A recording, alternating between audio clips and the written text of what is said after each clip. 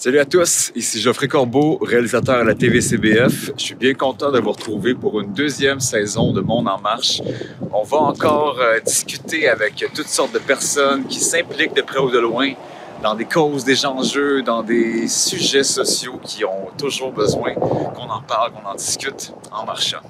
Et pour ce premier épisode, je vais m'entretenir avec John Blouin et Marianne Gagnon. On va discuter de culture. Bonne émission!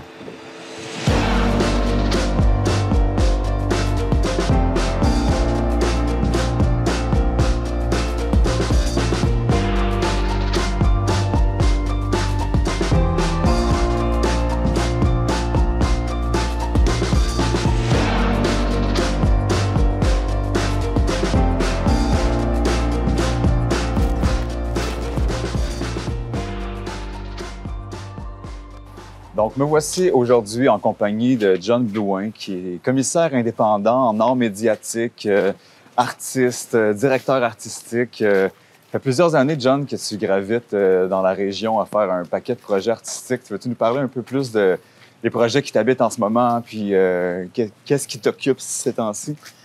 Bien, en ce moment, je fais un cycle de programmation au cinéma du Musée national des beaux-arts en lien avec Evergun, le photographe. Ce qui veut dire que j'ai réussi à programmer des fantasmes que je voulais partager sur grand écran pendant longtemps, dont, par exemple, Naked Lunch de William Burroughs, les querelles de Fassbinder, des films qui n'ont pas de bon sens, mais qui ont du sens pour moi. Quand tu dis les fantasmes, que tu les transmets, de quelle façon? C'est quoi la démarche en arrière? Je choisis les films qui vont être projetés au cinéma du Musée national des beaux-arts du Québec. Wow, OK. Fait que c'est vraiment le fun. Fait que t'es comme le sommelier du 7e art pour le musée, c'est ça? Oui, le sommelier du 7e art. Oui, absolument.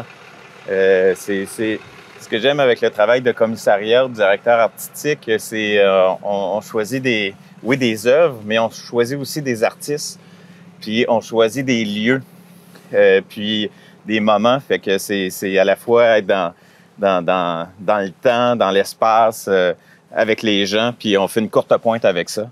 Pour moi, c'est aussi un travail artistique en tant que tel, ces choix-là. C'est comme faire, c'est ça, une courte pointe. Puis est-ce que tu trouves qu'au Québec, en général, la culture a quand même, somme toute, une place de choix? Est-ce que tu penses qu'on est capable d'en faire plus ou il y a encore, on est quand même choyé de pouvoir avoir les institutions culturelles, artistiques, les musées? Je sais pas si comparé ailleurs dans le monde, est-ce qu'on se positionne quand même comme une nation qui peut être fière de comment est-ce qu'on gère la culture, comment on l'intègre dans notre société? Bien, c'est certain qu'il y a toujours place à amélioration, mais j'ai eu la chance de voyager pas mal dans ma vie, puis j'ai vu des endroits où est-ce que il n'y avait pas de soutien, qu'il n'y avait pas cette facilité-là qu'il peut avoir ici. Facilité, ce qui veut dire, ici, c'est dur de vivre de l'art, mais c'est possible d'en faire. T'sais, on n'est pas, par exemple... comme par exemple en Colombie ou en Chine, des régimes où est-ce que tu peux faire une œuvre d'art puis tu peux mourir de ça. Par contre, de l'autre côté, ça fait en sorte qu'ici, tu peux faire n'importe quoi, puis il vient un moment donné que les gens n'écoutent pas. Quand tu es dans un endroit, je sais pas, comme la Colombie, ta parole a vraiment, ton geste artistique a vraiment un grand impact. Un grand impact. Ce qui veut dire qu'ici, il faut trouver des façons pour justement que le geste devienne plus fulgurant pour qu'il y ait un impact, un certain impact. Par contre, j'ai l'impression que notre job en tant qu'artiste, c'est faire créer nos trucs, nos cossins, puis après ça, l'œuvre finit par avoir un souffle. C'est ce souffle-là qui va rencontrer ou non le public qui va avoir un impact.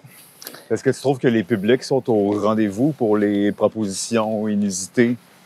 Où c'est sûr que la culture populaire va toujours être la plus populaire, justement. Là, Ben oui. Mais c'est correct comme ça. Ouais, est-ce que tu trouves quand même que la société québécoise a une ouverture d'esprit à se faire amener ailleurs? Oui, oui, absolument. Ouais. Absolument. Tu sais, il y a des performances, il y a des... il y a une grande culture de l'underground qui est florissante, qui est en mouvement. La difficulté, c'est de durer. Puis, des fois, c'est pas difficile. T'as juste pas le choix parce que c'est ça que tu veux faire. Mais oui, puis on est, par exemple, au cinéma, on est reconnu un peu partout dans le monde avec les films d'auteur. Des films, par exemple, comme Denis Côté, il fait le tour du monde avec ses films. On est reconnu pour notre cinéma de qualité. Puis on est reconnu pour notre cinéma de qualité fait avec très peu de moyens. Fait que c'est à double tranchant. Fait que oui, au Québec, dans une certaine mesure, on est vraiment choyé.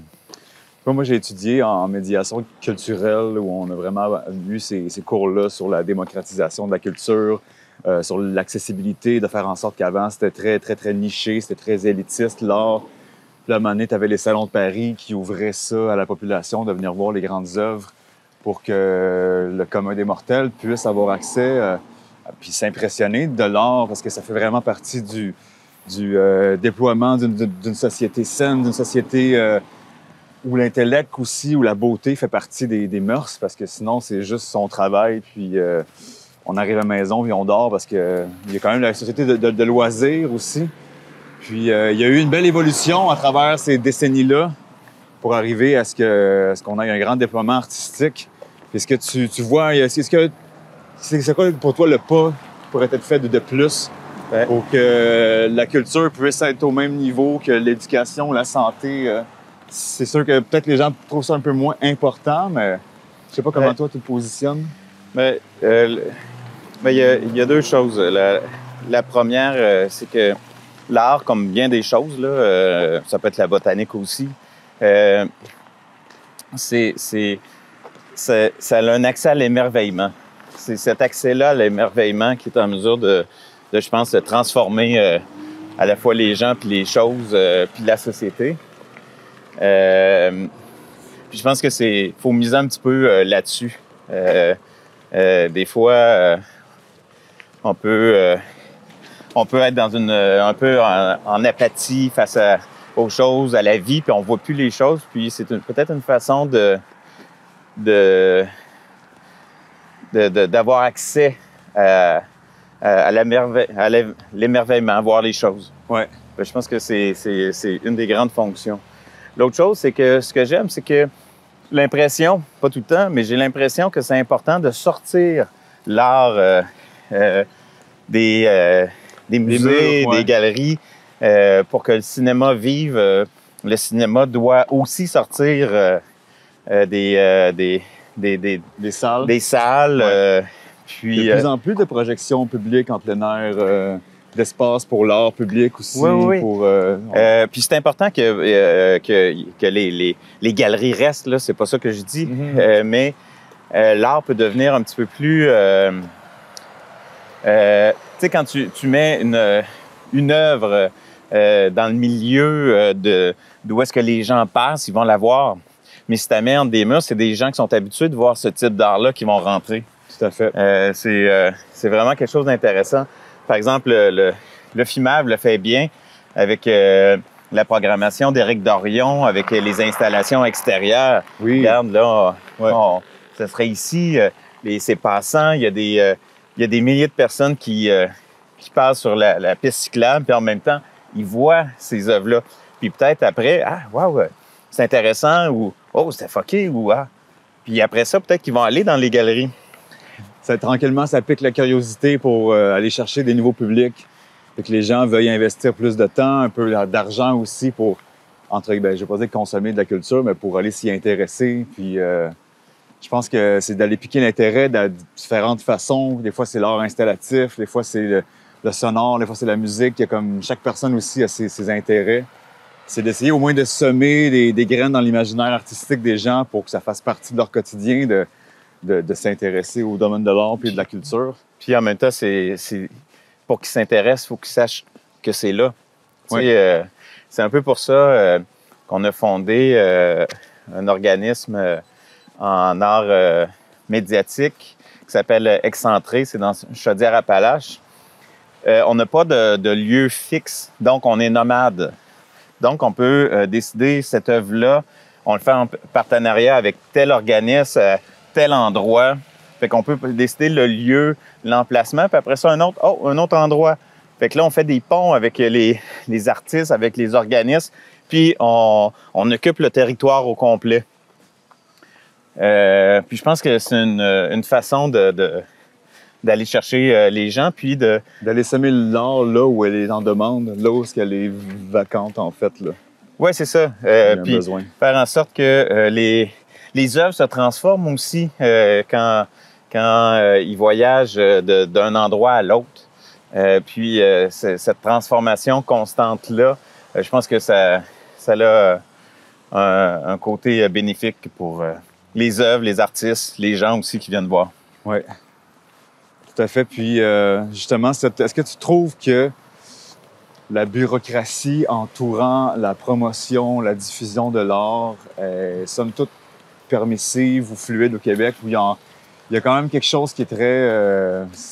faut remplir énormément de paperasse avant de pouvoir juste poser une œuvre d'art dans un parc. Est-ce qu'il y a quand même quelque chose qui facilite ça, ou il y a beaucoup de chemin à faire pour essayer que ce soit juste pas libre à tous de faire n'importe quoi, n'importe où, mais qu'on peut se réapproprier nos espaces publics pour que l'art prenne plus de place? Ben, en fait, tu peux demander la permission, puis tu peux ne pas la demander, là. Ça, c'est... Tu sais, on peut prendre cette liberté-là. Par contre, oui, c'est, tu sais, quand tu décides de le faire dans une durée, puis que... ben, oui, c'est long. Moi, puis surtout quand t'es pas très, très bon avec la paperasse, moi, le premier, là... par contre, avec le temps, je me rends compte que... tu sais, j'essaie de faire la part des choses, là. Je me rends compte que des fois, cette paperasse-là me permet de mieux cibler ce que je veux faire, de placer un petit peu plus l'horizon. Puis là, je travaille fort pour trouver quelque chose de positif, là. Mais idéalement, moins de paperasse possible, là. Puis, qu'est-ce qui arrive des fois, c'est que dans les organismes, on voit ça de plus en plus. Il y a moins d'argent pour faire des œuvres, mais il y a plus d'argent pour les gestionnaires qui gèrent les œuvres. Ouais.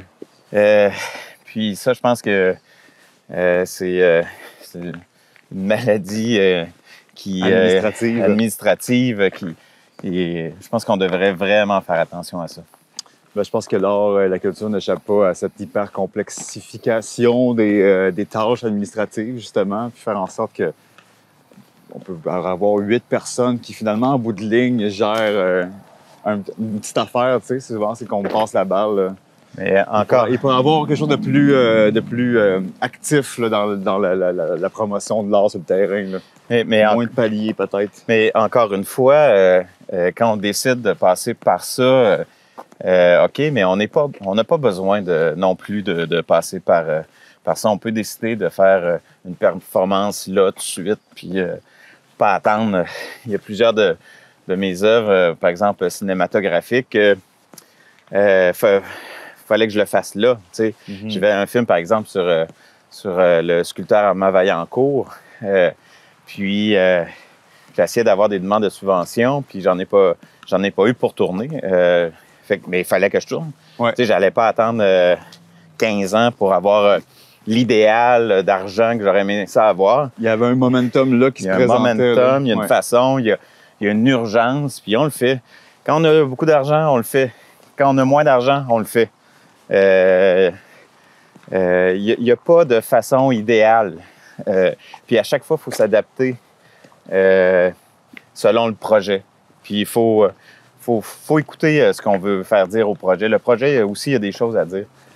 Puis c'est ça. Il ne faut pas attendre que ce soit le moment idéal. Il faut le créer, puis that's it. Donc, me voici aujourd'hui au Carré 150 en compagnie de Marianne Gagnon, qui est la médiatrice culturelle affiliée aux activités du Carré. Marianne, voudrais-tu nous expliquer qu'est-ce que c'est que la médiation culturelle? Bien, la médiation culturelle, si je le résume, parce que c'est un sujet assez complexe, c'est dans le fond un poste de quelqu'un qui est un peu au milieu entre deux personnes pour les aider à mieux se comprendre. Donc souvent, quand on pense à médiation, on pense à médiation familiale, par exemple lors d'un divorce ou une séparation, mais ça existe aussi dans le domaine de l'art. Donc c'est quelqu'un qui est au centre, qui va expliquer ou donner un petit peu d'explications ou de chair autour de l'os. Et bien sûr, souvent quand on pense à médiation culturelle, le premier exemple qui nous vient, c'est les guides dans les musées. Donc, quelqu'un qui va faire le tour des œuvres avec toi, puis t'expliquer un petit peu plus qu'est-ce que tu regardes, te donner des informations sur le travail artistique de l'artiste, les matières utilisées, ce qui veut dire... Oh, on a des belles cloches. Ouais, c'est fort. Hein? Et donc, c'est ça. C'est vraiment quelqu'un qui est là pour donner des explications et permettre un petit peu d'entrer par la petite porte de derrière pour savoir un petit peu ce qu'il y a en arrière de l'œuvre et ce que l'artiste voulait exprimer à travers son produit culturel. Voilà, j'essaie de trouver des synonymes, hein, pas toujours dire culture. Donc, c'est de faire le pont entre les visiteurs, les passants, les citoyens, les intéressés à la culture, puis de pouvoir se permettre à ce qu'ils aient une meilleure compréhension de la culture et des œuvres auxquelles ils sont pas confrontés, mais qui sont témoins. Exactement. Puis moi, dans le fond, je me spécialise vraiment dans les arts de la scène, donc le théâtre, la danse, le cirque et les spectacles pour le jeune public. Et donc, c'est toutes des disciplines que c'est agréable d'avoir un petit peu plus d'explications, puis aussi de créer des occasions de rencontres, des moments de discussion où est-ce qu'on peut vraiment poser nos questions aux artistes, aller un petit peu plus loin, savoir ce qu'il y a eu avant, pourquoi ils ont décidé de monter ce spectacle-là.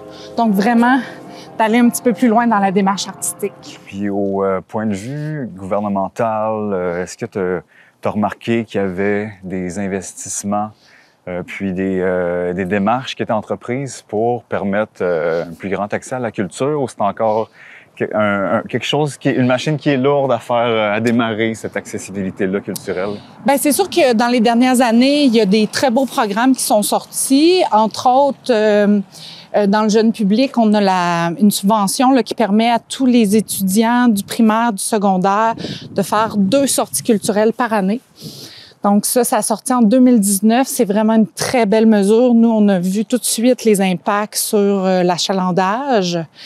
Et parce que c'est sûr que souvent, la culture, il y a un enjeu au niveau des sous aussi de garder ça accessible.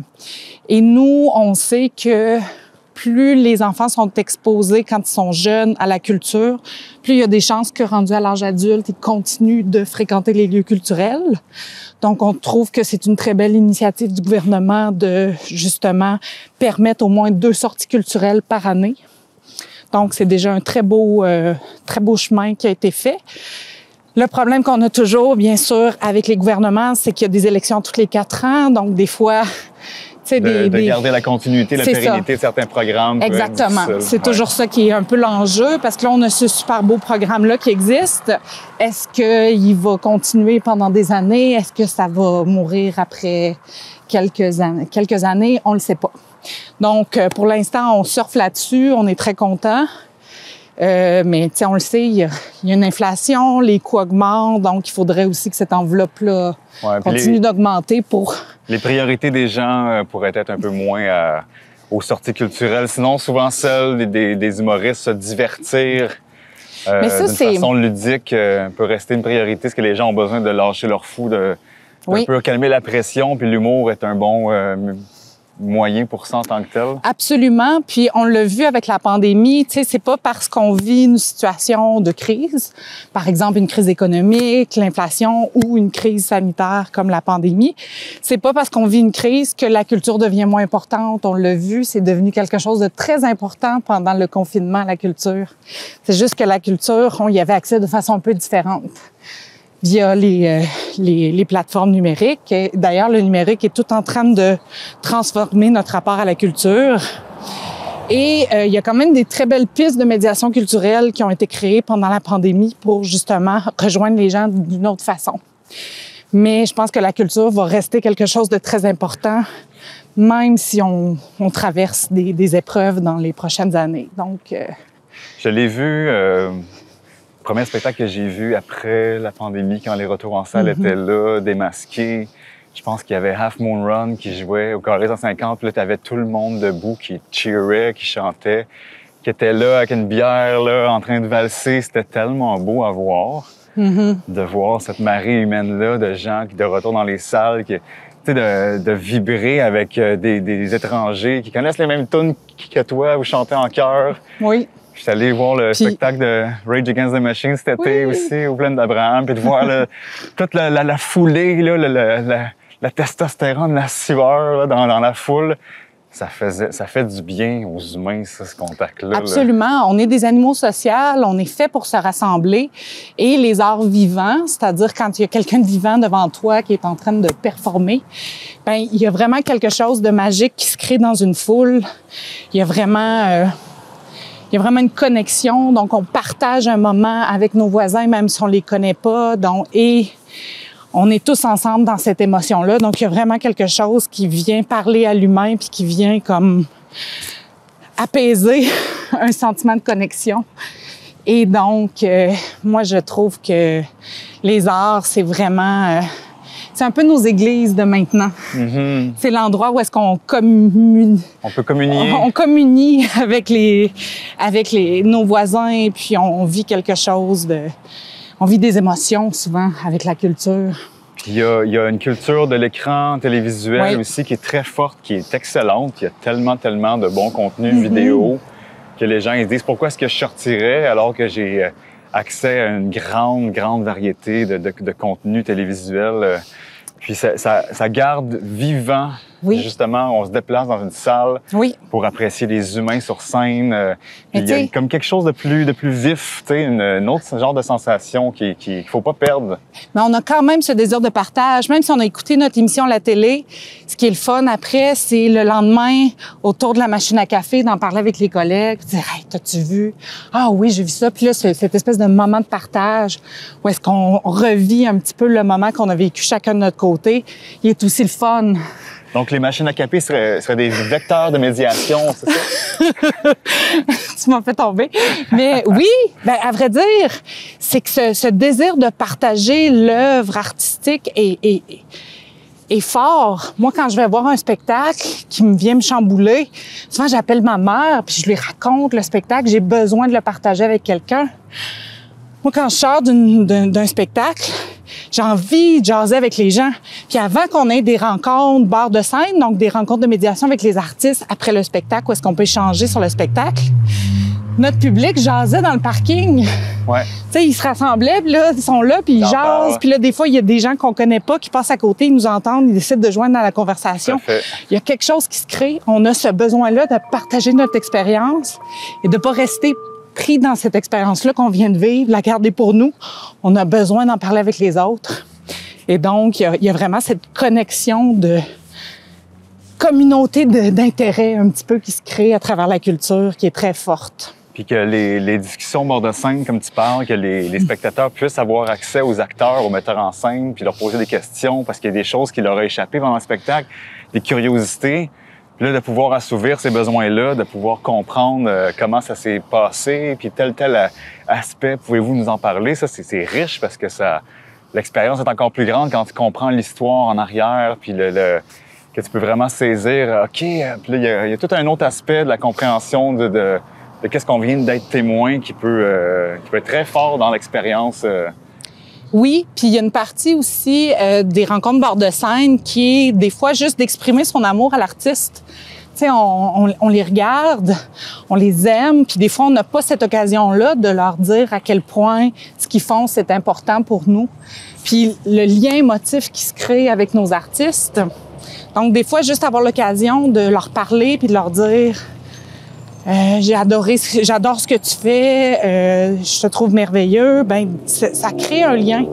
Puis les artistes, c'est des gens très généreux, mais qui ne sont pas souvent dire, qui qui n'ont pas souvent cette connexion-là avec le public, parce que quand le rideau se ferme, eux autres, ils retournent dans leur loge, ils prennent leur douche, ils retournent chez eux. C'est des gens normaux. Mais là, au-delà des applaudissements, ils peuvent recevoir ce pouls-là du public qui leur dit « J'ai vécu des émotions, tu m'as chamboulé, je suis impressionnée par ton travail. » Ben, c'est quelque chose qui est merveilleux pour les artistes aussi et pour la relation entre le public et les artistes aussi. En tout cas, je souhaite qu'on puisse encore avoir des espaces culturels comme ça, ouverts, qui sont accessibles à tous et chacun de pouvoir développer cet intérêt-là pour la culture, parce que c'est essentiel, même si on a l'impression des fois que c'est un autre... Dans les piliers de notre société, on a la santé, les autobus scolaires jaunes, oui, l'éducation, mais d'investir dans une culture humaine qui est vibrante, il y a quelque chose là qui est rédempteur pour toute la société en tant que telle. Oui, puis... Tu sais, on se met à s'intéresser à l'art, comme société, on se met à s'intéresser à l'art quand nos besoins primaires sont comblés. Donc, mais à partir du moment où nos besoins primaires sont comblés, ben là, on a comme ce désir de s'élever ou de toucher à autre chose, de s'évader, de voyager, d'avoir accès à la perception du monde d'autres personnes aussi. Donc, c'est vraiment quelque chose qui ouvre des portes, qui ouvre des perspectives, qui nous amène à nous interroger sur notre place dans le monde. Et ça, je pense qu'on devrait tous avoir ce petit réflexe-là de se poser des questions sur notre société et de réfléchir à ça. Et la culture, ben c'est comme un miroir, c'est comme un petit reflet de notre société qui nous amène justement à faire « Oh, peut-être que ça, c'est injuste.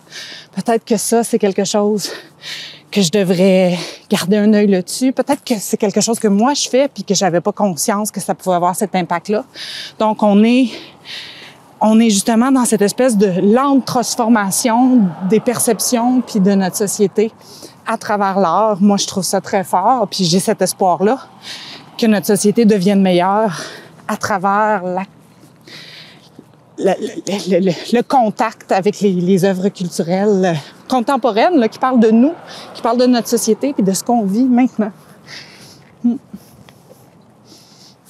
En tout cas, Marianne, en résumé, longue vie à la culture? Oui, absolument. On aime ça, la culture.